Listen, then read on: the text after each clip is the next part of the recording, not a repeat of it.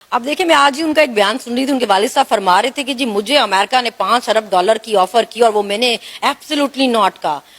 مطلب شرم کرو بھائی، تمہارے پہ اسامہ بن لادن سے پیسے لینے کا الزام ہے، تمہاری شکل ہے ایبسلیوٹلی ناٹ بولنے والی۔ تم نے ایبسلیوٹلی ناٹ بولا جب تمہاری ماں مری تم جنازہ چھوڑنے نہیں آئے، تم نے کہا ایبسلیوٹلی ناٹ۔ تمہاری بیوی مری تم جنازہ چھوڑنے نہیں آئے، تم نے کہا ایبسلیوٹلی ناٹ۔ تمہارے بچوں کو کا حساب دونوں نے کہا ہم تو پاکستانی نہیں ہے، ایبسلیوٹلی ناٹ۔ تمہاری حیثیت ہے ایبسلیوٹلی ناٹ بولنے والی، تم اسامہ بن لادن سے لے کے پیسے کھانے والے۔ تو آپ کی پوری پارٹی مل کے اور آپ کا پورا خاندان مل کے لوگوں کو پہلے یہ بتاتے رہے ہو کہ دیکھو اس نے ایبسلیوٹلی ناٹ بول دیا، یہ تو کتنا غلط کیا، پاکستان کے ساتھ زیادتی کر دی، ہمارے تعلقات خراب ہو جائیں گے وغیرہ وغیرہ، اور اب آپ لوگوں کو بتانا چاہ رہے ہیں کہ ایبسلیوٹلی ناٹ پہلے ہم نے بولا تھا۔ اور مطلب آپ انہی فلیٹس میں جا کے رہ رہی ہیں اور آپ لوگوں کو یہ بتانا چاہتی ہیں کہ یہ فلیٹ میں نے نہیں چوری کے نہیں ہیں، ہمارے نہیں ہیں۔ مطلب آپ لوگ چوریاں کریں وہ سامنے ہو مگر آپ سے حساب بھی نہ مانگا جائے۔ اب انہی فلیٹس میں جا کے رہ رہی ہیں، کس حیثیت سے رہ رہی ہیں؟